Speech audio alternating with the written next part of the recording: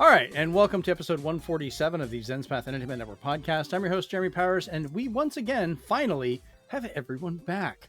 So there is now 5 of us to talk all kinds of crap about gaming and technology news and everything else going on, because, things have kind of settled down. I'm sure we'll probably have something else going on later, and we'll figure it out. But joining us once again, because he disappeared and came back with some of the craziest stories I think I've ever heard, not related, Chris. I've ruined the border symmetry. It's amazing. No, I kept a profile of 5 and I've just had to make like 5, 4, 3 people, 2 people. I'm just making more profiles. Helping with the art with that, probably, Rachel. Hey, I'm here. All the way down under, Chase. Hello.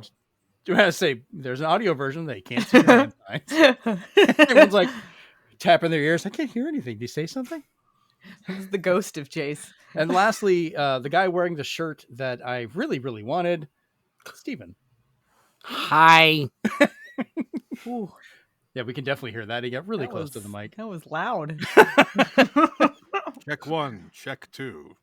That's more of a I'm going to have to fight him to get that shirt. That's because you left the volume turned up. Yeah, he's wearing the Splatoon Zelda shirt, which is just phenomenal. I love that thing.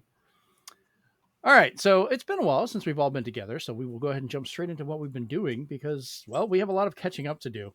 So first off, we're going to start with Chris. What you been doing, man? It's been a little while. Not a lot of catching up to do for him. I'm about to say it's going to be a pretty short list because you've been addicted to basically one game. Yes, it came out on October 11th. I finished it on the 15th or the 16th. 17th. Was it the 17th? Yes, you did at 8 a.m. 8 a.m. Okay. So starting at October 11th at midnight, I started playing Metaphor ReFantazio, paused for once or twice to use the bathroom or try to sleep for 4 hours at a time, and then I finally finished it at 8 a.m. on October 17th, finding out that my friends had gone to work. So I have to ask, does this count the time you played the demo to get because your save carried over? Or is this like you started fresh and went? Because that would add time to it technically. Oh, that would. So yeah, it would probably be a week straight. Jesus. I've been Nothing playing. less than Persona 5. I've been playing it too. It's good. I'm You're trying to enjoying find a. I am enjoying it. Xbox Like, copy of it. I just not spoiling anything, but I just got to the part at the cathedral after the funeral, Okay. Very and cool. I the thing happened, and I thought that the spooky necromancer elf dude had the same voice actor as the old man. I'm not Oh. using names because I don't want to spoil it for anybody else. And I went, wait a goddamn minute. But it's fun. I like it. It's Yeah, different. It's It has the same vibes as Atlas games like Persona, Mhm. and a little bit of Etrian Odyssey in there, and just a lot of fun callbacks that you will find out much later that are going to make any Atlas fan go, "Oh, I see what they did there." like I said when I saw the name, I was like, metaphor. I'm like, okay, this is there's some kind of metaphor in here that I'm gonna have to try to figure out. And then the moment that they started using the name that they used for the enemies, which I won't spoil it for anybody who hasn't played it yet because it's kind of part of the thing. The whole thing. When I heard it, I was like, oh damn, that's deep. Yeah, there's a whole thing going on. You'll There find out totally later. is. And the voice acting's great. The graphics are cool. The anime cutscenes are really good. And everyone in the game is hot, even the ones that are not. I need to just boy. relabel this whole section the Metaphor ReFantazio mini review. I'll shut up. Yeah. It's No, I didn't fine. mean it's both of you. Welcome to Metaphor Extra Quarters. But I will say the moment I got into it's the academia, the what's the name of it in the Persona games? It's The escaping Velvet me. Room. The It's Velvet Room. That's I really made my creepy, dude. I made my yes, but in this one he's still creepy, but he's also really pretty. He just looks like a really tired academic. I was like, wait, he's in this one? Like, I didn't even know that. kind of, but not really. Oh, It's okay. his. It's the equivalent in this game. Yeah, it's his non-union high fantasy equivalent. Exactly. And I'm just like, I went in there and I was like, ah, yes, the Velvet Room. And then I was like, the academia. And then I went, oh no, he looks like a hot, tired academic. This is terrible. Yeah, Chris, I will never try and stop you from talking about games you love. Didn't mean anything bad by that. We're no, in I'm- the Take your beginning time of and the enjoy it. thing. We I'm- can save it for later. Yes, Love it. we'll talk more later, where I will send Steven my commentary. I streamed it today, and that was fun. So Nice. Nice. All right. So next up, Chase, what you been doing, man? I've been playing For the King with Swan, Shanoa, and I. It seems that Swan's bad luck has finally ended, and now he is king of the world at the moment, whereas the bad luck is all shifted to Shanoa for the most part. Oh, Um, I know I got an invite to join you guys last night. It was kind of late, and I was exhausted from doing a bunch of other stuff. But I don't even know if I have. I don't think I have this game. I need to try and take a look at it. I and think join if you me. joined, we would have played like Demio, because yeah. For the King 2 is going to be 4 players. This one's only 3. And Gotcha. For the King 2 doesn't come out to console till Q4 sometime this year. Nice. But yeah, so it's a pretty fun game though. Like, just there's definitely some good laughs that were in on it. Also been played Demio a little bit. Got Swan introduced to that. He's enjoying it. It's great. Such a simple game, but like so fun. It's great. Swan really likes his tornadoes, as we found out. They're chaotic. They hit whoever they want. I'm still amazed that first one, when it moved, it literally missed every one of us going down the hallway and then hit bad guys. I was like, that was dumb luck right there. It should have hit us. Yeah. And then I've been playing Space Marine 2, been playing the operations. I haven't played any new operations though. I've kept myself free from anything, but I've just been leveling up I basically leveled up all my other classes because I'm like, well, Swad and Jeremy tend to like switch some things around, so I'll just be flex and just fit where needed. So I just want to have everything ready. And you wanted to play more. Yes, but yeah. So I leveled up the assault. I leveled up Vanguard. Leveled up sniper. Nice. So now everything's like in the 3 to 5 range. Perfect. All right. Next up, Rachel, what you been doing? Well, we already talked about Metaphor, so I won't talk about that anymore. But I've been playing Epic Mickey. How is a Switch port? Yeah, How is it's really, really, really, really good. Nice. I mean, I really enjoyed it on the Wii, Mhm. like a lot. It was a good game. It really was. It's a very good game, and I just want to preface this with people listening that might have kids who have not like played this game, or you might be interested, or your kids might be interested because Disney. it's got Disney on it. Cool, that's great. It's a good kids game, but it's also dark and will be more appreciated, I think, by adults who have a background for a love of Disney and the older cartoons that Disney put out, like, you know, Steamboat Willie and all, and think of all the background characters and all the older, like much older cartoons when they were still in black and white. Think of those. And then also think of what happened to those characters when all of a sudden they stopped appearing, like Horace Horsecollar and all of that. Where did they go? This is where they went. And it's a good, it's a very, very, very good game. It's a really solid platformer. It's got puzzles. It's got combat. And it's just good, dark Disney fun. It plays really well in handheld mode.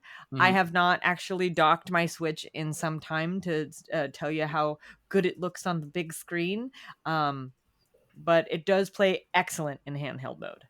I know you're not a huge fan of motion controls, but have you tried them at all just to see how it translated from the Wii version? Because I did like how that one used them to a point, and I'm kind of curious So if they the tried to only, update or bring them over. as far as I know, the only motion, because I haven't played it in docked form, but the only motion control that is present when you have it in handheld is you can enable the gyroscope, where if you are, say, shooting your paint at a specific thing, like during the clock tower boss battle, you Right. can aim it using the gyroscope on that, Oh, which okay. is kind Yeah, of that could cool. work.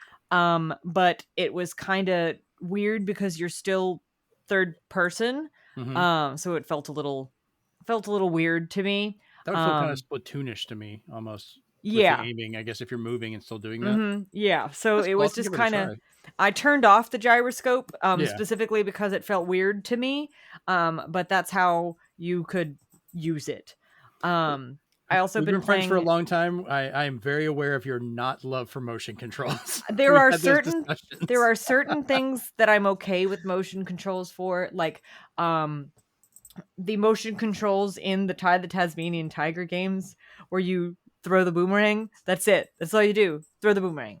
Yeah, I Or the remember boomerang. our arguments, and that's the nicer way of putting it over what was it? The Skyward Zelda Sword. Skyward Sword. And Bomb bowling. and But yeah, what do you know? You don't have to use the motion controls in the Skyward Sword. it still plays better with them. But anyways, Potato potato. For the Switch version. yeah. But anyway, I've also been playing Echoes of Wisdom. Mm-hmm. There's a lot going on with that game. Like, I know you don't have to do it in any particular order, but every time I go to a place, I'm like, I feel like I'm missing something. Like, I feel like there's some exposition or something that I missed, that I don't know why I feel like I missed it, but I know that I haven't missed it. But that's just what it feels like, if that makes sense. But it's Right. very good. It's a lot of I like how puzzly it is, and there's multiple different ways that you can get to what you're trying to do. Of course, I so far have my favorite like enemies to summon to help me, but the spiders so far are my favorite thing to use when I'm in a Well, I can bind, bypass so much shit with those spiders because they just kill everything. They not are even that. little... I'll release one Mhm. and then grab onto it to lock onto it, let it get motion, and it'll just run up a wall and take me with it, and I just keep skipping things and bypassing stuff with it. Mm-hmm. It's a very very cheaty thing, but it's a good time. Also, I've been watching Agatha All Along. I know. Big episode. Oh yeah. I'm not caught up. I cannot watch the latest episode until at least tomorrow when Amanda's home, because she's had to work, so I have not seen the newest one. We won't spoil it for you. Stay off but their social media just- accounts because they're sharing yeah. hashtags Yes. that are spoilers. Oh, Yeah, I've been doing my but damnedest. Jeremy, it is good. I mean, It's the previous good. episode ended pretty much saying a lot of the stuff, or at least showing the. I But- just haven't got but- the story behind it yet. Yeah, now you're gonna And get that's what I want. context. Yeah. And then there's even pay very close attention, because there's other little things in it too. Oh, I always do. There's even a Easter egg towards the end that a lot of people think is a song from Bayonetta 2. So keep your ears peeled. Huh. Okay, that is not what I expected at all. There's a huge community are just like, I swear that's the song from Bayonetta 2 playing towards the end of the episode. And I was like, nah, I have to go back and watch it. Like, Yeah, I listen played though, that but game a they lot. I'm are curious. using and playing and with every single witch from every single piece of media that they can get their hands on in the Yeah. credits and stuff like that. And that's great, but it's That's so funny. good. I have not enjoyed a Marvel show on Disney Plus since like Loki. And before that, the last show that was Marvel on Disney Plus that I actually enjoyed was WandaVision. Hmm. Everything else was just okay to me. But yeah, and then of course I'm reading a book, Last Smile in Sunder City by Luke Arnold. It's awesome. If you recognize that name at all, it's because you watched the show Black Sails, and he plays Long John Silver. So Okay, nice. So that's cool. It's a very good book where it's a fantasy novel, but it's what if the magic was gone? What would happen to all the magical creatures? And it's kind of fascinating. Like, vampires are still around, but they're just slowly dying because that which keeps them alive it's not really doing it for them anymore, Right. and so they're just slowly gonna get blown away on the wind as dust. They're still dwarves. They're still really, short dudes, but they can't do anything that they normally did. They're still elves, but they're not they don't have that extended lifespan and all that. It's they've been separated from the magic because the magic got destroyed by humans. So it's really good. If you need another book to read, I recommend it. And then last but not least, the Steam Next Fest demos. I've still got a lot that I've put on my computer. Steven, which ones do you still have on your computer that you haven't played yet? I'm kind of curious. All of them. All of them. You downloaded all of them. Cool. The only ones that I've played. All the interesting ones. I'm gonna do a quick bullet point of the ones that I think you should check out, and the ones I'm gonna be checking out too. Ooh, I will get my little pen and paper ready here in just a second. Right now, the only two that I have played that I and I just started the demo before we started the show was Locomotive, which is, I guess, it's a mystery that occurs on a train. And the other one was Midnight Swamp, which is also puzzle mystery game, but it's kind of spooky horror, and you're in this German forest, and there's a cat on a tree that's wearing glasses, and it's spooky and it's wild, and it has some good puzzles in it. It feels like one of those old point and click adventure games, without it being those hidden object games and stuff like that. And those are the only two demos that I have played that I recommend. The other one was the Morgan metal detector, which was cute. I just didn't like the art style. I thought I was going to, but I just didn't. The other ones I still have on my computer that I haven't played yet is Detective Instinct, Farewell, My Beloved. And then Embers of Spirit Flame, The League of Hustlers, the SCP, The Mystery Man, Murder at the Birch Tree Theater, Mine Cop, and Luma Island. So those are the ones that are on my computer right now that I have not played yet. But I'm coming across more as I go on. So, okay. Yeah. But check it out, guys, if you haven't already. You have till the 24th, I believe, to play it. So I think the demos were there until the 21st. I don't know. It says 24th, I think. I don't know. Let me see. Well, we'll have to see. All right. Steven, what about you? What have you been doing? Oh, well, other than the obvious, I've been playing this game longer than Chris has been playing Metaphor, at least, but not straight. I just do it daily. Of course, ZZZ and Multiverses, they're constantly updating. They just came out with the new DC character. I already forgot her name, but she's in the Wonder Woman universe. And they just updated ZZZ for another character, so I'm on the grind again. I finally get what everybody says is so addicting about Balatro, the card game. Saw a physical copy of that today. Every time I was playing that, because I finally got the physical, every time I played it, I was like, okay, one more try, because it is kind of like a roguelike. How far can you get? Oh, okay. With the different cards and stuff like that. So that was interesting, because I just caught myself. I was like, why am I playing this instead of ZZZ? Oh well, I'll just keep playing Balatro. I am all caught up on Agatha. Like I said, big episode this week. I think I have to watch the new episode of the reboot of Ranma 1/2, which is, changing how the original was. So it's one of those animes that got remade for a new generation, which I'm appreciative. There's some things that, my old heart misses, but I like the new stuff they do. Nice. After watching somebody play through this game, I got addicted to it, called Exit 8. And there's also a sequel already called Platform 8. It is the newest thing people are playing. It's basically a game of anomalies where in Exit 8 you walk down just a subway tunnel or hallway. That's right, you told me about this one. And each time you walk down there, the first time everything's fine. You're supposed to kind of memorize what everything looks like in terms of speaking. But the next time you go, something may be different, something may be altered or scary or changed. and if it is different, you have to turn around, and the exits will go up. You're supposed to get to exit 8. It's a $4, $5 game. It's quick to beat if you know what you're looking. If you're big into the spot the difference type games.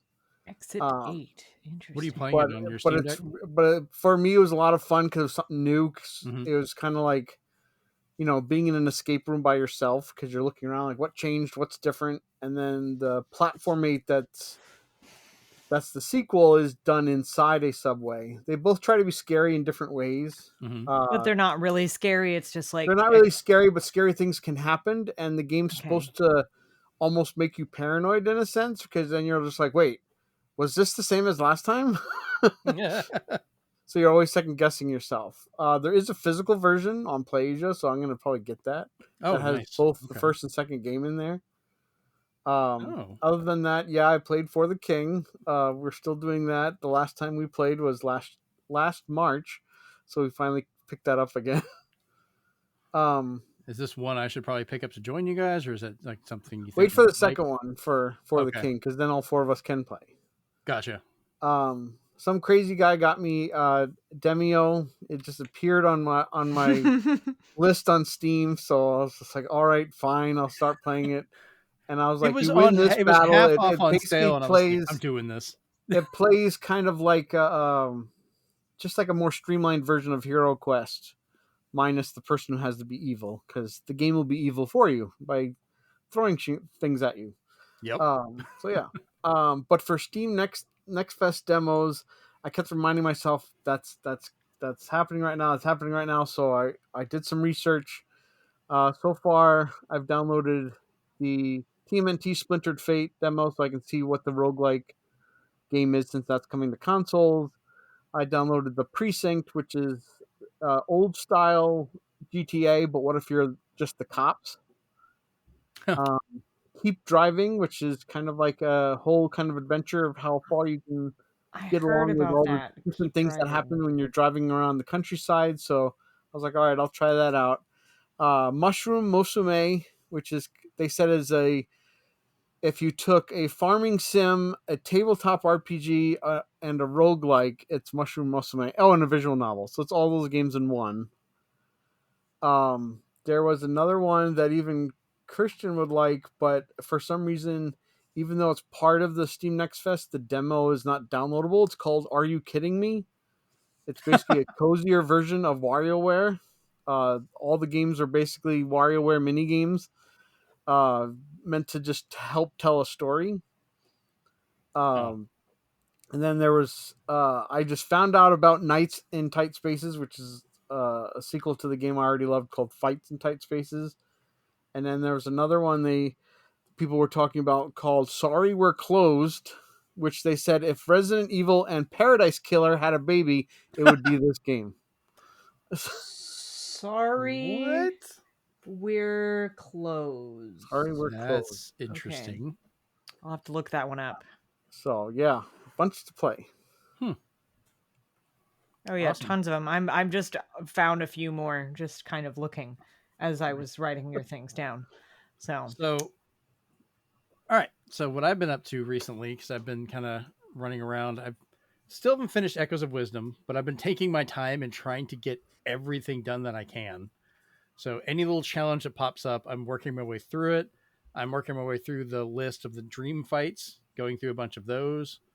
You have so many you have to go through for a particular item, but then you can kind of continue on to do them. I'm still trying to find all the recipes for the drinks you can make and so forth.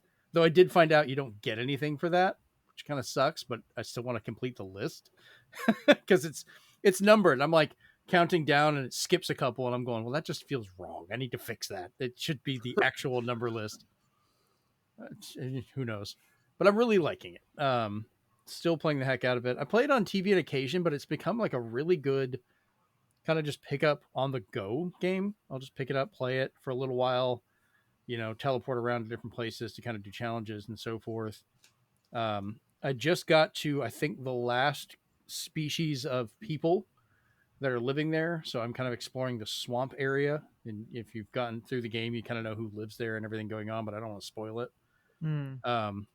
They are very funny. I like those people talking to them because they're very weird, which is great. So hopefully I'll get in the next week or two to finish the game, but I'm kind of just taking my time and enjoying it because it's, we don't always get a new Zelda every day. So I'm going to have fun with it. And we really don't get a new Zelda that actually has Zelda. So only thing is I'm still wishing they had released a amiibo for it, which would have been great. They re-released the Wind Waker Zelda by itself because normally you can only get it with Wind Waker Link and her as a set, but they only released her separately, so you still have to get the set to get Link, which is weird. Demio I've gotten back into again because buying it for Steven and playing it with Shanoa and Chase and them, and then Brent has gotten into it, our friend with that. I don't even know what this game is. It's basically VR or PC. You can play either one. Like a tabletop game, like D&D. Have you ever played Hero Quest back in the day? Board game? Physical board game? But, it's basically like you move characters around as you would on like a board, like board game with rooms. And you just fight monsters, and eventually you're trying to find who's holding the key to the exit to that dungeon. So I'm simplifying the concept because the game goes deep when it comes to there's a card system that can modify what you can do and cast. Mm-hmm. There's rolls, there's rules when you're attacking. There's all this other stuff that thankfully isn't as complicated. Like you can just pick up and play and understand. Mm-hmm. There will be a FAQ called Shanoa who wants to tell you all of everything that can happen in that game, but eventually if you go to the chase operator will shut down Shanoa and she won't tell you how to play the game. But I liked being more chaotic and I wanted to see what these things did, so I was like, I'm gonna do this, I'm gonna do that. See what happens. Think of it kind of like a simplified D&D that you're using cards, and it's a tabletop and you can move the pieces around. Huh. And the beauty is it's up to 4 people can play together at one time. It's cross-platform. You can get it on PlayStation, you can get it on PC, whatever, and play together. VR. I have it on VR and on PC, so I switch between the two. Yeah, he's like the god guy who, when we need to know where to go, he takes his finger and he circles a part of the map. Yeah, I can actually like draw on the map and be like, go this way or we go see that giant way. ants come down and like touch things, and I'm like, it's really cool. I highly recommend it. The developers are great. I talked to them back whenever the PC version was coming out because it was originally VR only, and they knew I was kind of excited about it. I'm like, yeah, I'm waiting for the PC one to come out. I'm going to get it so my son can play with me because he shares my Steam account. So they were like, all right, cool. Here's the code. We're just going to give you the PC one for free so you can play with your son. And I was like, oh, that's awesome. So I've been supporting it and buying it for people. I bought it for Brent. I've bought it for Steven now just to get more people to play, which is great. Okay. Oh no. This no. This sounds really fun. This game sounds really fun, but there's a game that just came across my feed because it's right next to Sorry We're Closed, which I'm going to install the demo right now. But I need you all to look up the following: Secret Agent Wizard Boy and the International Crime Syndicate. Just look it up and tell me what it looks like. Later. So the other big thing that I've gotten is I came across one of my coworkers who apparently, when we were talking on one of my work trips, that he had a bunch of old game systems in his house that his kids don't play anymore. They're grown up and moved out and so forth. They've been in totes, and he's like, do you want them? So of course I said yes. As you should. So this collection is amazing. And the only thing he's charged me is he had a 1978 Coleco football game that he wants me to try and fix, which I have already gotten kind of running, and I'm trying to tweak the last of it. Apparently this was something him and his late wife used to pass back and forth and play together. So I'm on a mission to make this thing work now. Once I realized that was the case, that's all I've been working on. But some of the highlights from this thing is I have a top-loading NES again. which is great. And that it's complete. It's got the bone, the dog bone controller as it's referred to. All the other ports and everything are here. Everything's clean and working. But there was an original NES, a top loader NES. There was a Sega Genesis Model 1, which I did not have. I had a Model 2, which there was also a Model 2 in there in the box. Or I take it back. The Model 2 was sitting there and the Model 1 was in the box. I guess they just replaced it and put it in there. There was an original PlayStation, a PlayStation 2 Slim, a Nintendo 64, a Super Nintendo, like 60 different games, which included stuff like Breath of Fire on the Super Nintendo, Super Metroid, and Link's Awakening. Both of them were the original releases. The only ones I had were the million sellers. So I actually have the correct original cartridges now. I got a bunch of duplicates I'm going to figure out what to do with, because I've got like Donkey Kong Country 1, 2, and 3 in really good shape. Yoshi's Island. What was it? Dr. Mario and Tetris, like a bunch of stuff. They had a lot of sports games. That was basically all the Genesis games were sports titles. But once again, can't complain. NES had some really good ones, including Skater Die 2, which I've never actually seen the cartridge of that. So now I have that. And then Dragon Warrior 4, which is kind of hard to come across. I don't really hear much about that one, so I'm going to kind of play that one on the NES. But it's just, I've spent like the past couple of days just cleaning and going through these, and he's like, "Are you having fun with it?" I was like, "Yeah." I was just sitting there at night going through and sorting stuff out. Remind me, is Skater Die 2 the one with the great intro song? Yes. Oh, I'm gonna have to. I haven't got a chance to play Skate it yet. or die. Give me a good reason to go back and start recording openings of games again. I haven't done that in a while. Need to do that more. So yeah, I got a bunch of classic games to go through and play. Like a lot of hits from the NES and the SNES, a couple of good ones from the Genesis and stuff like that. But just so much cool stuff to mess around with. So I'm grateful for that. And once again, talk to your coworkers and family and friends if you collect games, and just be like, hey, if you're trying to get rid of some stuff, or if they know you collect games, they might try and clear out some space and just have you take some old totes away. Totally worth it. That would be awesome. It would be. Yeah. And I don't normally do this for like making money or anything, but when I was at one of our local retro stores today, I was going through just the systems they had on sale, just those, for how much it would cost if I picked them up. And before I even finished the list, it was already over $1,000. And that's before tax or anything, not counting any of the games. And I hadn't even got through all the systems yet. So I was like, I will say, there are not really anybody in my family aside from me that play games. I'm the only person in my family other than my uncle, but he just plays on his phone now. He used to play racing games on his PC. Like, he's the person who got me into Need for Speed. Oh, nice. And got me the like racing wheel and everything when I was a kid. I was actually really good at it on the PC. Not so much on the consoles. God, Need for Speed Underground on the GameCube. Lord. That's such a good game. What? I mean, it's a good game, but I didn't like it. I preferred the wheel. So you could still use the wheel on some of them. They said different not on ones that one. I tried to figure it out. It would not work. But no, I played it on PS2. I think that one supported the wheel. I distinctly remember buying it at launch, not liking it, immediately calling one of the boys in my class, Emmett, and going, "Did you still want Underground?" He goes, "Yeah, I can't find it anywhere." And I go, "Cool." And then I sold it to him for like $5 less or something like that. And then I got it.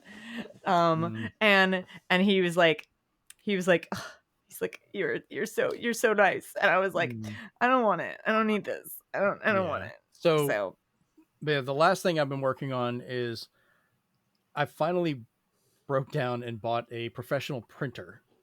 Cost me about $800.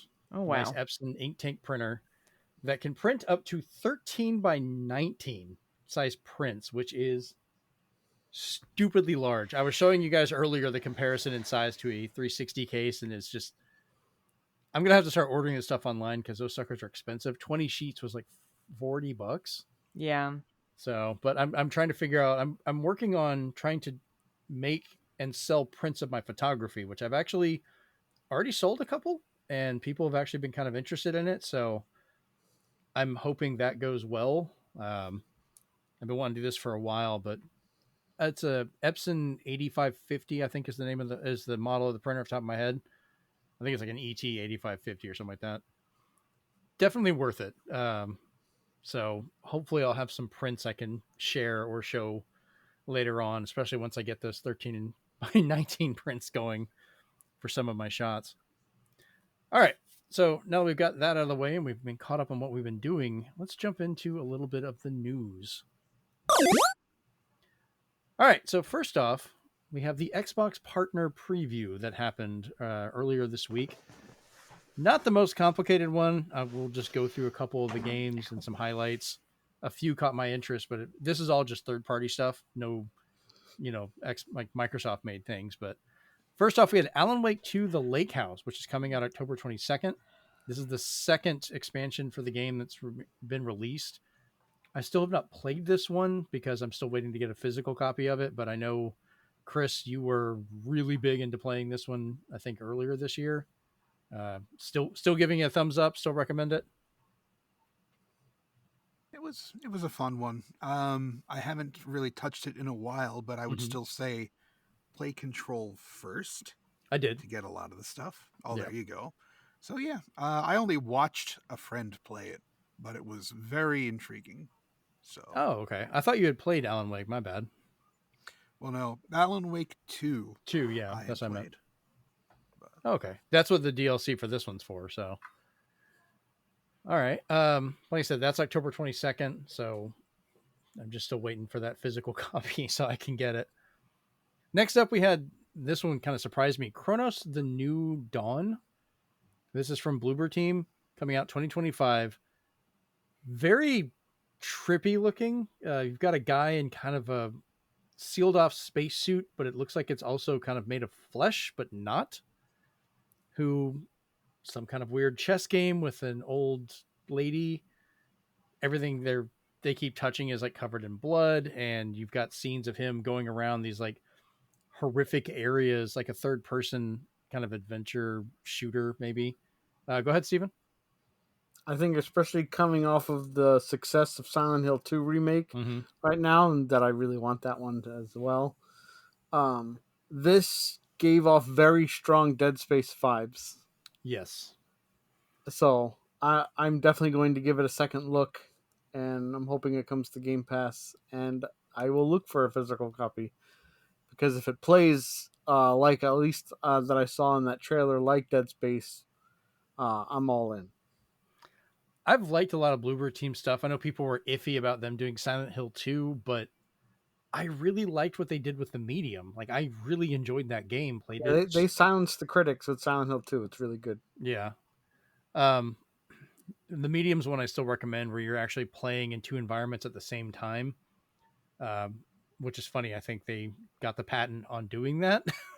We're talking about the patent laws earlier. So yeah, I'm curious to see how this one is. It looks very confusing and creepy, but we'll find out sometime next year, I guess.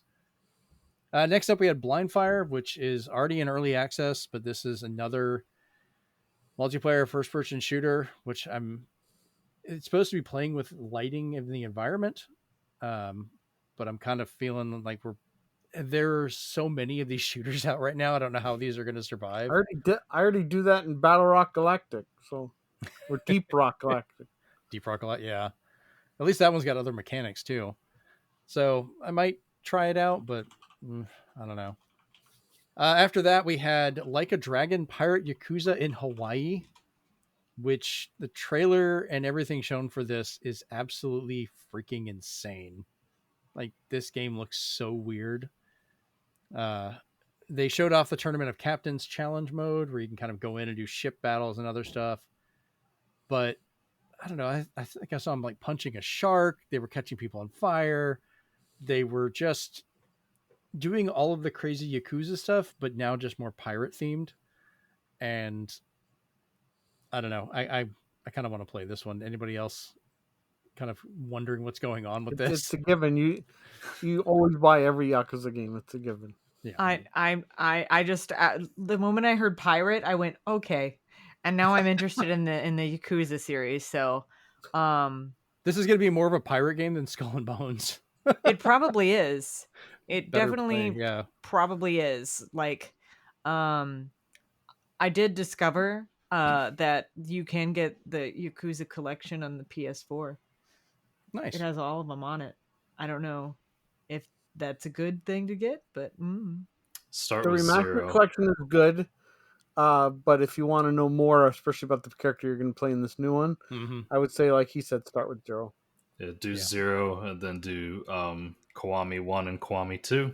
Mm-hmm. Because those are remakes of the original Yeah. and the sequel. because I don't know how many. Because I think it And has then all. 3, I think 4, 4, 5 is in a collection, Mm-hmm. and then 6 and technically 7 are their own games, and then Limited Run is trying to release them all in like a serialized set. yeah, I don't know. I don't know what's included on this one. It might just be because it I think says it's 3, 5, on here. Let's see. unless it's digital. Let me see. I'm looking. Yeah, she's looking it at says- digital ones. No, it says remastered collection brings from Yakuza 0 to Yakuza 6 Song of Life. Players can now experience this full story of all on a single platform. Okay, so that just means I don't know what that means. I think So- it just released a bunch of them, but how much is it? I don't know. This one's like 45. So So maybe it's a digital bundle then. Maybe know. that's what it sounds like. they're not right. very specific. Yeah. So next up, this one I've been kind of watching, and I'm liking how it's playing. But Mouse PI for Hire, coming out in 2025, is basically a first-person shooter, but it's designed around the aesthetics of like 1930s black and white It's cartoons. Epic Mickey FPS. Do you know where all those characters went from Epic Mickey? They went here to die. I like the over violence that they run with all the different guns and so forth, but it's all still cartoons. So And it's also coming out for Switch physical. So. really, Oh. Okay. This is one of those, like, given how it runs, I kind of hope this is a Switch 2 release, not Switch 1. It just feels like it would be better on that. I don't know. I'm really interested. That's one of the ones that really caught my attention because I thought this was going to be hilarious. After that, we had Subnautica 2, which is early access next year. Only cinematics were shown. We have no gameplay for it. I know some people are fans of Subnautica, but I have no idea what the differences are or what they're changing for this one. After that, we had Animal Well, which is available now on Xbox. Chris, I think this is another one that you had played before. Which was it again? Animal Well. I think you played it on Yes. Switch. Mm-hmm. Um, I have it on PC. It's very Oh, fun. okay. It's kind of like Fez, insofar as there are a lot of different puzzles and clues that you will not find through a single playthrough. as long as the developer is not going to have a fit like the one from Fez. You beat me to it. I was going to say the developer's not a dick. I still don't believe he canceled the sequel out of just spite. Like, whatever. I have Animal Well pre-ordered for the physical release, so I will play it eventually, but it just looks trippy. So, next we had Eden Zero coming 2025. This is just, I blanked out. It's another anime game. I'm not a big fan of those because they just so, I don't know, just not into those. Eternal Strands coming early 2025. This one kind of uses a combination of like freezing, burning, and push powers to like do attacks, solve puzzles, and move about because you can like push yourself around or freeze body parts on stuff. And I don't know, it looked interesting, but I want to see more about it. Then we had Mistfall Hunter, which is to be announced. They didn't give a release date. This is another Souls-like. So if you like those, great. If you don't, maybe walk away from that one. Wheel World, early 2025. This one is, especially after seeing a Mistfall Hunter, and then it goes straight to Wheel World, which is this super bright, like cell shaded colored, video game world. But it's free roaming, and you can customize the bicycle you're riding, and then enjoy races.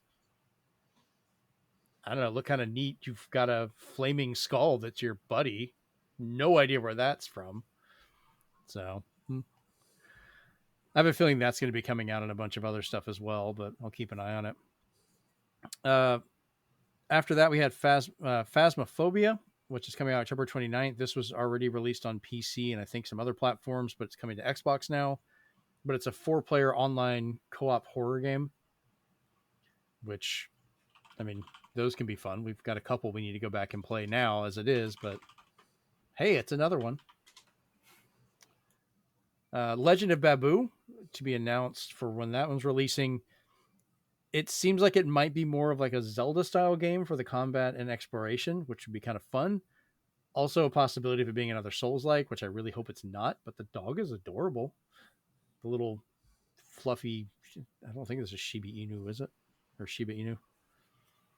Not sure. And then the last two here, we had Wu Chang Fallen Feathers, which I really like the art style for this one, but I think it's just another Souls-like, so that's probably going to kind of put me off on the gameplay. I don't think this is the case, but I'm seeing people talking about like, oh, this could be the replacement for Black Myth Wukong because it still isn't released on Xbox, and I'm like, yeah, probably not. Go ahead, Steven. They got silenced today because there's an ESRB rating that just got released for Black Myth Wukong for PC, Xbox Series X, and PlayStation 5. Nice. So I guess we're getting physical release, maybe. That'd be kind of nice because I know that one didn't have one before. I like the this lore. one. Say what? I like the lore. I've heard good things about it. I just haven't played it yet. This next game, 3 of us need to play. Yeah, I just talked shit about there being a bunch of multiplayer games and how they're going to be supported, and yet here's one that I actually do want to get. So I will eat my words. That's fine. FBC Firebreak. So it's a multiplayer-based title, but it's based in the Alan Wake and Control universe. What is it? It's trippy, is what it is. Explain it to me. It's kind of like an objective-based 3-player co-op PVE. The way it's played. You had me at PVE. So it's kind of like, imagine in a way, I'm not going to be describing this very well, but like indoor Helldivers. Like you have specific objectives you need to take care of, but it's stuff you have to do as a group. Yeah. So, and the other key thing I noticed, there's a lot of objects you can use that have very weird effects. Like they were showing off the garden gnome and some of the other weapons. Did you ever play any of Control? Okay, but there's at least 2 or 3 videos that go into a deep dive, so you can kind of look more into it. It's nice. Okay. So basically in the world of Control and in Alan Wake, because they're a connected universe, there's weird objects that get powers from different things happening to them or around them. And it looks like you're using those as weapons or traps or trying to get through while you're trying to defeat the other creatures that are showing up. It just, anything with the insanity of what goes on in Control and Alan Wake, I'm like, I'm in. I just want to play it and see where the hell this rabbit hole goes, because it is going to be weird. And they had me at 3-player co-op PVE, so I was like, okay. Yep, because me, Steven, and Chase just pretty much play those a lot. Just any co-op game we're in. So, I don't know. The partner preview was kind of meh to me. There's a couple highlights, but it kind of didn't have much fanfare or any big announcements, I feel, to it. Anybody else find anything of interest that they actually liked, or did anyone else actually watch it? I don't have an Xbox, so I wasn't like super interested in this. I did see the trailer for Subnautica 2 because I really liked watching several YouTubers play the first one, so I'll be like, oh, I'll watch them play that one too. I'm pretty sure a lot of these are coming to other systems. I think I'm sure they are. Is, obviously, I'm interested in the pirate Yakuza in Hawaii. That's just insane. Duh. And then Mouse PI for Hire. That should be obvious why I'm interested in that. I just think it's you're gonna go from just Epic know it Mickey has to nothing. Violent. It's nothing I but know. mindless killing. Oh, I know. You're gonna be going from Epic Mickey to Violent Mickey. Exactly. But yeah, those the only things that jumped out at me. Okay. I give it a C for Chronos. It's the only game I'm interested in. Yeah, I'm gonna probably give it like a C, if not basically a C, because there's like 2 or 3 games I want to get between Chronos, Firebreak, mouse PI. I need to know how they're going to make Firebreak more, if it's going to be digital only, because it just sounds like it would be, but I don't know. So yeah, but Chronos, I'm in. Son of a bitch, I'm in. yeah, Chronos. I want to see more about that one. So, all right, let's move on then to our next little bit of more Xbox news. So this one's kind of a quick one. I just wanted to touch on it because I always find the hardware side of it interesting. And I'm probably going to be the only one here that gives a damn. Apparently, the new Xbox Series X models that have been released, which is the Galaxy Edition, the 2 terabyte, as well as the all white, all digital.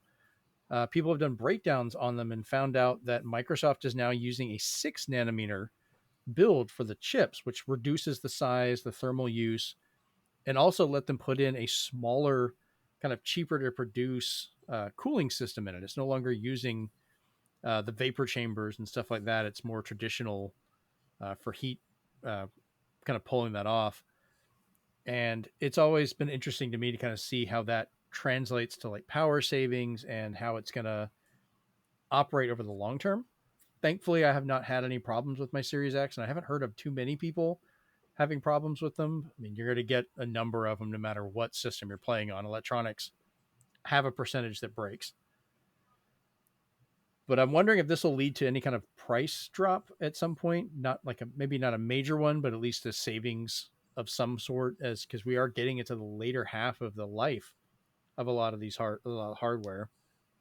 And I think that would benefit Microsoft because they're not doing a system like a PS5 Pro. So it's still a good level of quality, but they might be able to reduce that price even more to kind of expand the difference between that and the PS5 Pro. But yeah, just I wanted to talk about hardware differences. I know nobody else gives a damn. No pisser, no buy. No pisser, yeah. All right. Moving on to, well, actually the last of our Microsoft news for today. So Microsoft, Craig Duncan has been promoted to Xbox Game Studios lead, or the studio's chief, after Alan Hartman is retiring after 30 years of being with Microsoft.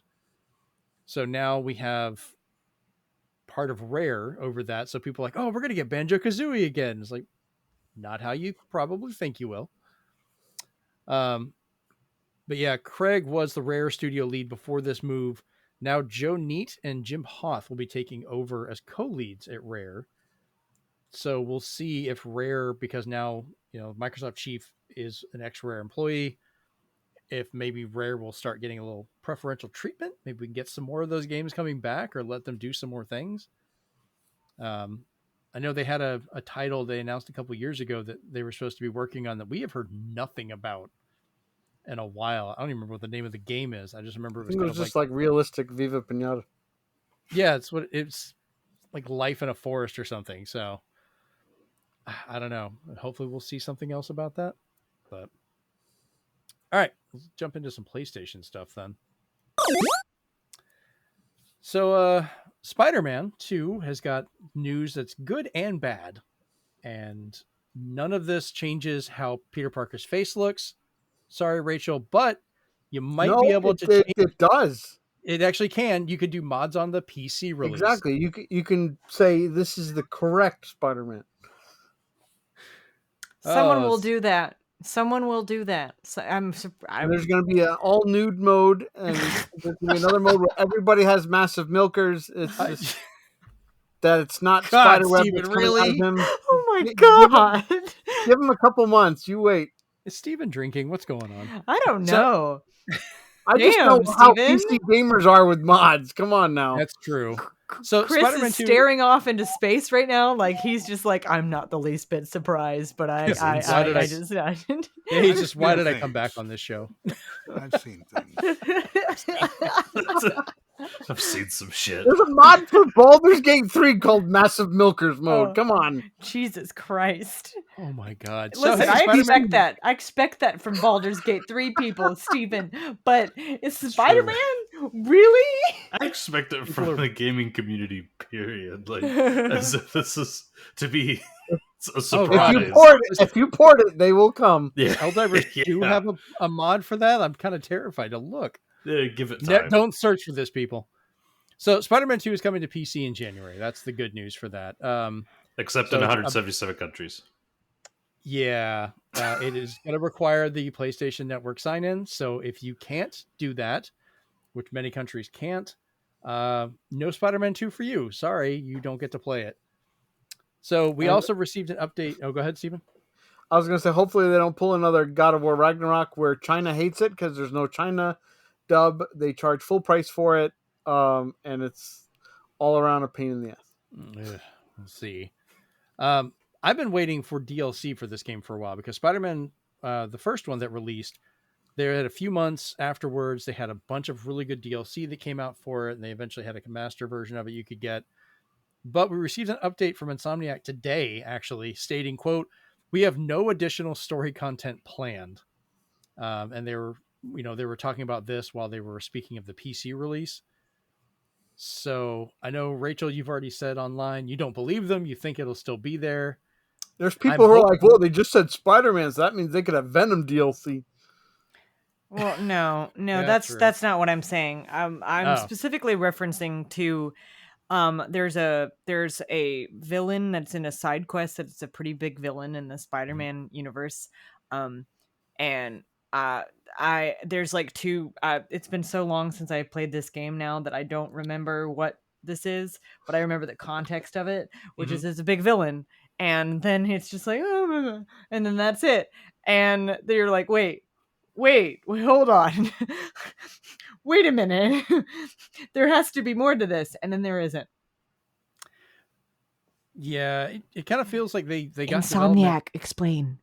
Yeah, It'll be Spider-Man DLC and Wolverine. Okay. Oh, Jesus. Oh, could be.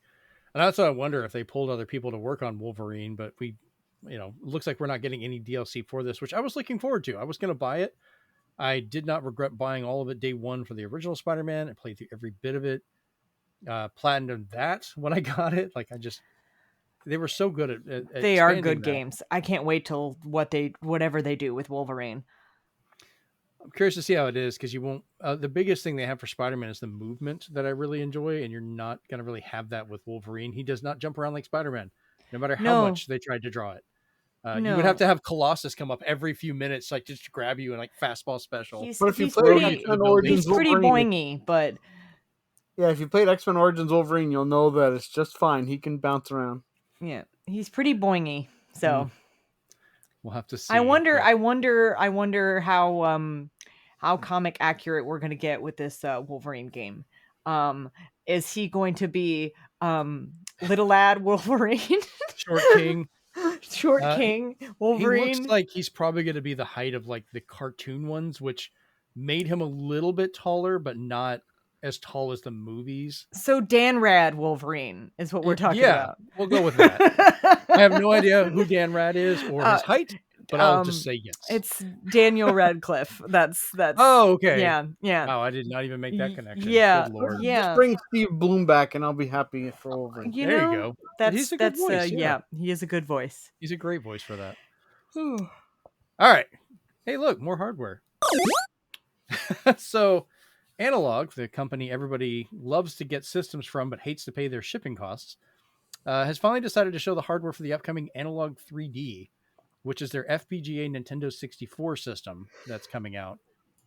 So, pre-orders go live for this October 21st, and they're asking $250 for it. That is just the system. Does not have a controller, which, in fairness, none of their systems ever have. They do have a new controller from 8-Bit Do coming out, which got a more modern layout for the N64. So you have A and B and your C buttons in the proper space, but it's a normal left analog stick and D-pad and all that. That's going to be an extra $40, which can be used via Bluetooth or, connected to other stuff. There are still the normal 4 Nintendo 64 controller ports, because they like to have support for those. So you can still plug in existing controllers and they work fine. That does make me wonder, though, if it supports Bluetooth, can you use the Nintendo Switch Online N64 controllers with it? Oh, that's a good question. I have to look into that. So they're saying the system's going to be 100% compatible with the existing library of all regions. So that's going to be the Japanese, the European, and the North American. And then you will be able to use some of the attachments via the N64 controllers, but they haven't fully verified it yet. So it's still in the air about the transfer pack for like the Pokemon games, how that's going to work, things like that. But I think Rumble packs and so forth will be fine, your memory cards and all that. There is no connection for the Nintendo 64 disk drive, so like 4 people are going to be really upset. Yeah, I don't have one. I wish I could have one, but I can't. I'm not paying that much money for it. I think it would literally be cheaper for the printer I bought than it would be to get a disk drive, and that's for 4 games. So, I'm wondering if this is going to have the ability to play other FPGA cores eventually with a firmware upgrade, like you could on some of the older hardware.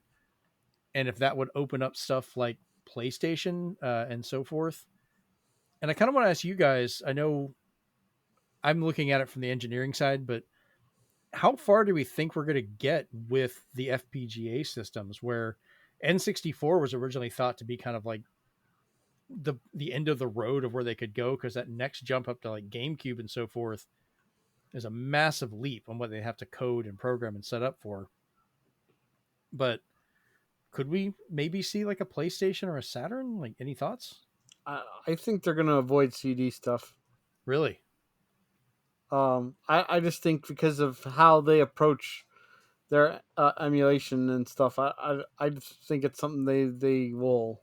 Well, they've done a people CD are just going to jailbreak it otherwise. But yeah, they did a CD system though recently, because they had the one for the Turbo CD, and that plays and plays on FPGA, so they can use the discs.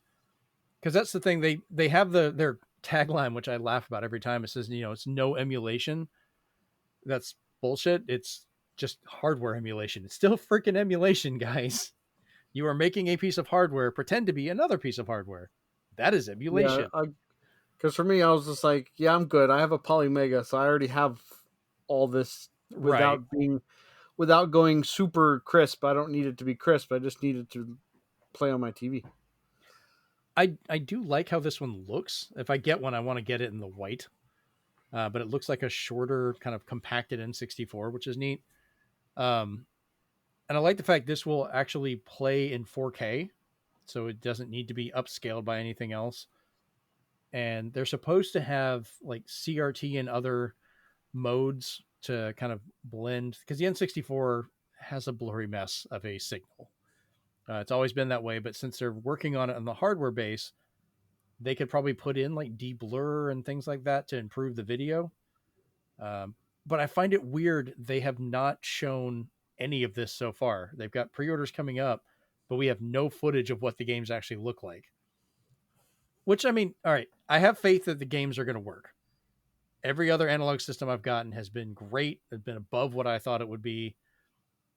It's just weird how their marketing team works. Like, I guess they don't really know what they're doing on that part.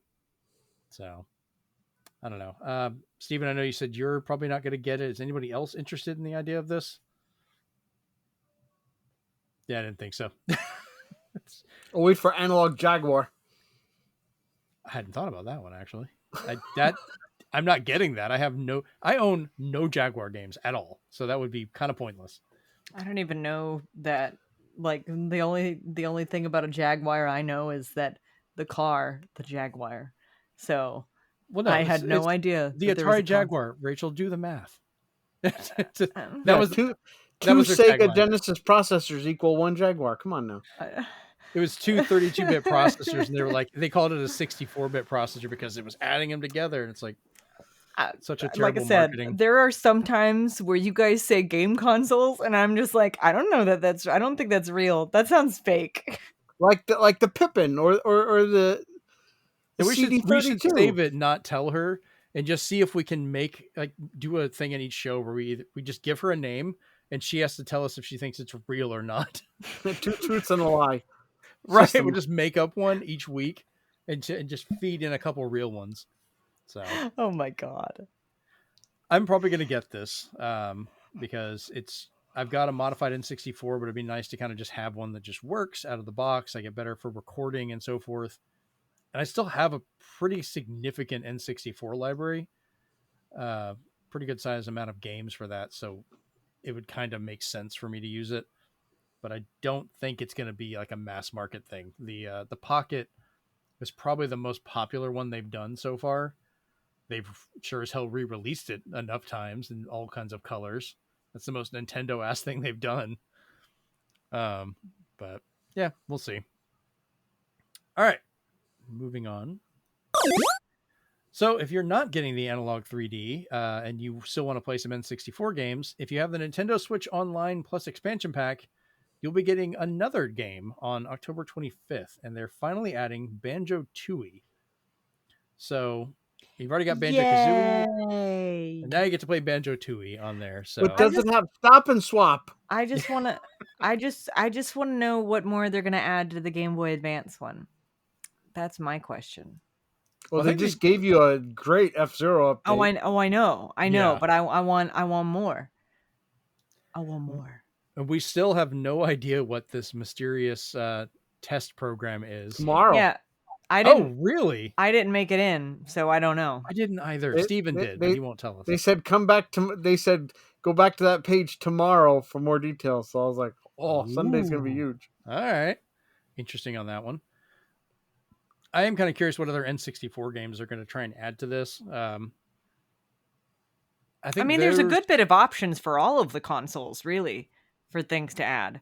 So there are N64, like the emulation. There's been kind of hit or miss for how they work it, but I think unless you have the actual Nintendo Switch Online N64 controller, that control scheme has not translated really well to their existing controllers. I feel it's always been kind of awkward for how it sets up because you're supposed to use 6 buttons, and I haven't had too many issues, but the games it that I'm feels good playing to me are 'cause I'm still holding it correctly on either side, so it's natural to me. oh god, Stephen, why? Most of the time, hold it in the middle, hold it on the right. It's fine. It's not that complicated. There's people that hold it on both sides and try and stretch their thumb. You're just doing that to yourself. That's what they're for. The middle is just to house the Z button. You're the kind of person that would be I complaining the- a car doesn't am- drive well because you sit in the passenger seat while trying to stretch your leg across to the gas and brake. Are Steven Well, and I the only are the only people in our group that held the N64 thing like this? And the only time I held it like this, like the other way, was when I was playing Mario Party, because there was a specific part where you had to do the Correct. weird. The one they had to use gloves for after Yeah. a while. People got Mario Party-itis sores. on their palms. Yeah. You're admitting you're wrong. That's all I'm going to say. Ooh, you hush your mouth. Oh, I The will middle is for one mode on one game. and it's Exactly. not Thank used ever you, again. Stephen. On this, we agree. Yes. There Oh, are a few things we agree with each other on, but that is one. Oh God.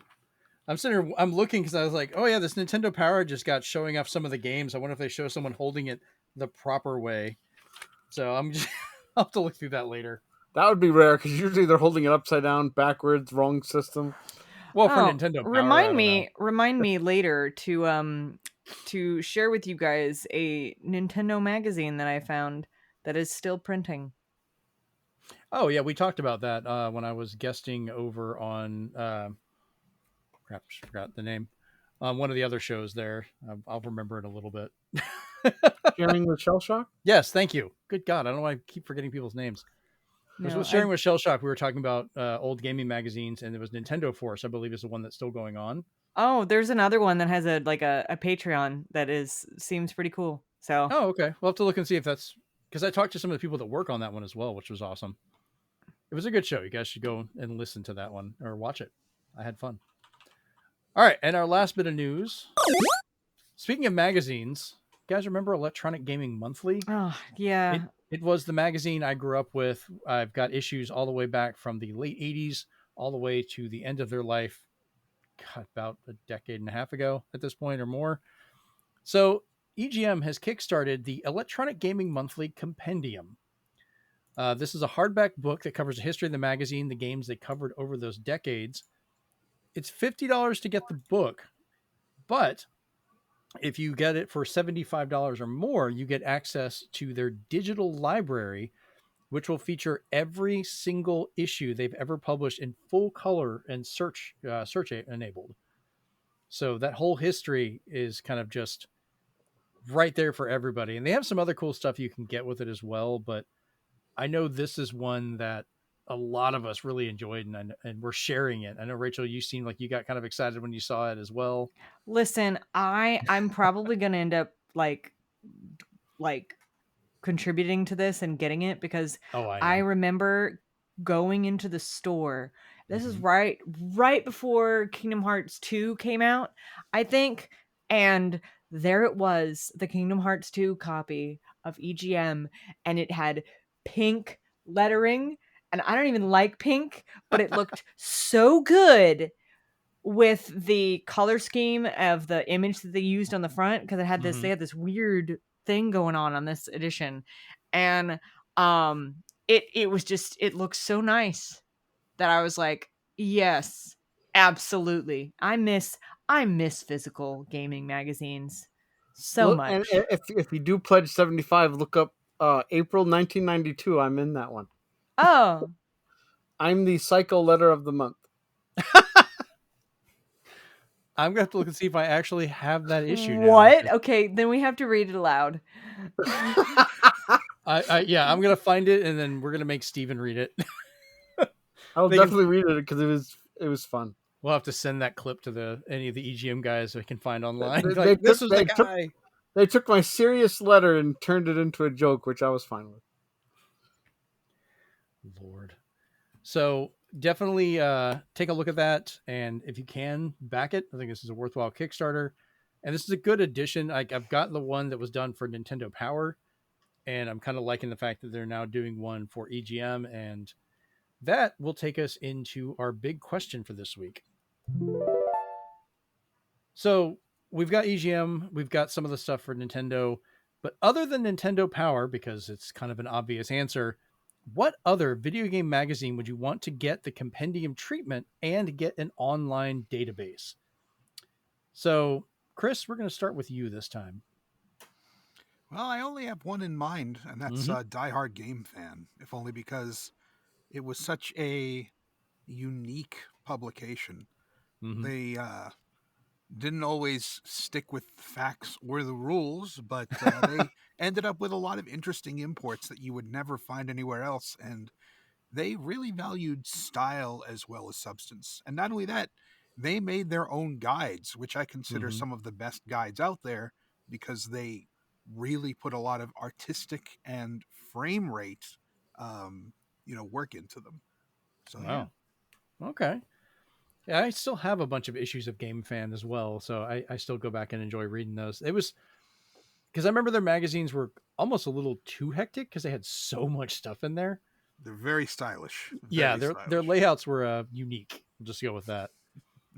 All right, Chase, what about you? What one would you want to see get this compendium and online database treatment? So I'll definitely back Chris. I'll say Game Fan. Absolutely loved that game. Or that magazine, sorry. And then I would have to go with, obviously, Game Informer. It's a huge part of my growing up reading that. Big reason why I'm into games like Gears of War and whatnot, so it's had a big impact on me. But then PSM, PlayStation Magazine. Absolutely loved that magazine when I was a little kid. And I think more or less that I was looking forward to the demo discs more than anything. But the magazine actually had some really good stuff in it too. It did, to be fair. So I really enjoyed that one. I'd love to see that get something like this. All right, Rachel, what about you? What choice would you make? Well, I mean, I've got a couple, like PSM. I had almost forgotten about that one too. You brought it up, Chase. But Game Informer, obviously. That one is very near and dear to my heart. It's a travesty what happened to it. Yeah. That will be forever the worst thing I think that they have ever done, and they've done a lot of bad things. A lot of things. We could say that now. Another one is Game Fan. If you guys Okay. if you guys remember that one. I do. And then tips and tricks. I just want a searchable database of their codes and everything. Just Yeah. right there would be great. Yeah, that would be that. See, that's the reason is like, yeah, you got walkthroughs and stuff like that. And yeah, there's like walkthroughs on the internet that you could find and stuff like that. But the way that they did it was just really nice. It was just really well done. And there was something about having it at your fingertips and done in the way that they did it that made it so nice. So if there was a database and you could like pull it up on your iPad, and it still have it looked the same way, it would feel close to picking up an actual physical magazine. Wouldn't be the same, but it'd be close. All right. Steven, what about you? I had a good amount of them, all Nice. for different reasons. Okay. I had Video Games and Computer Entertainment, a very old magazine that eventually turned into Tips and Tricks. Mm-hmm. But before they became that, they had a really nice like import or did you know corner of their magazine that I really loved reading, and to just have a compendium of all those would be really awesome. PC Accelerator, I know, the PC magazine, but when there was a bad PC game, their reviews actually made me laugh. They were really good at it, at just destroying a game that basically was just released for the sake of being released. Play was also another one, because Play, while their covers sometimes had the big name games, they tried to focus more on like the niche games or games that were hidden gems, like actual hidden gems. And then they continued the PSM tradition of having the Girls of Gaming, where they would just have all these artists come together and draw for a magazine. But yeah, lastly, Game Fan, same thing. It was one of the only magazines where I won a contest. I am in April 1994 issue. They had the best contest because when you won their contest, you could pick any game they featured in that issue. Oh, wow. And that's really good because all they usually focused on were all these import games. So you could literally pick an import game if you really wanted to. I have to go back and look in the magazine to see what I picked again. I think it was Dark Wizard on Sega CD, but wow. I'm going to have to double check. But that's another one where it's just, they still continued a little while longer. I don't know if they're still around, but they did like a miniature Game Fan format. But I don't know how many people they retained, so it'd be nice to have that all collected. Nice. So for me, I'd have to go with the official Dreamcast magazine. I remember getting that back when it came out in like 98, right before when they first started announcing it, and they had that larger print format to it. So I always loved like the detailed photos and everything it had in there. Really good stories talking about the development of the system and so forth. And of course, like Chase was saying, the demo discs were always great. You know, they wouldn't be able to probably have those playable for a lot of it, but it would be great to have all the extra videos and content available online, which would be kind of a new way to do it. The other half of this would be official Xbox magazine, because a lot of people don't realize that when official Dreamcast magazine closed, a lot of that transferred over and became official Xbox magazine. So they're actually kind of a continuation of each other, which is why their formats kind of shared a lot of the stuff. They had a lot of the same writers, people that were reviewing games, things like that. And they continued the demo disc format into that, which kept going all the way up to the 360 before they finally closed that magazine down. But I would love to kind of have that extended history between the two of them, because you get to see, you know, the short life and death of the Dreamcast, how they talked about it in comparison to other stuff, as well as the rise and starting of the Xbox and how that kind of went through the 360, which I guess would at the moment be their golden years, because they have not gotten that off their ass since then for a lot of stuff. But, you know, those were the good times. But I would like to be able to search and see a lot of that stuff again, because I just really enjoyed it. Go ahead, Steven. I did want to add, because I know it wouldn't be possible, Right, is that PC Accelerator also is one of the few magazines that give you PC demos on disc with just about every issue. So it was nice to have. Yeah, those are really good. I would be the one that, like the PC one, I would love to go back and look at the old hardware, because I always loved how that was designed, how it was built. comparing how everything kind of ran at the time and looking at it from the technical perspective, which was always fantastic to me. So yeah, that's a lot of really good gaming magazines that sadly all of which are dead now, and we deserve a history to it, specifically Game Informer, because that was the longest running one that just got thrown out overnight. Like, we lost so much history with that, but at least we're trying to get some of it back with EGM, it seems. All right, well, I think that's a good time to wrap up this episode. If you are watching the video version of this, we have the audio one available anywhere you get your podcasts. Just look for the Zenspath Entertainment Network podcast on your podcast host of choice. Leave us a review, share it with your friends, let us know what you think about the show, because we always appreciate hearing about that. If you're listening to this and you want the video version, you can find us over at youtube.com/ZenspathCom.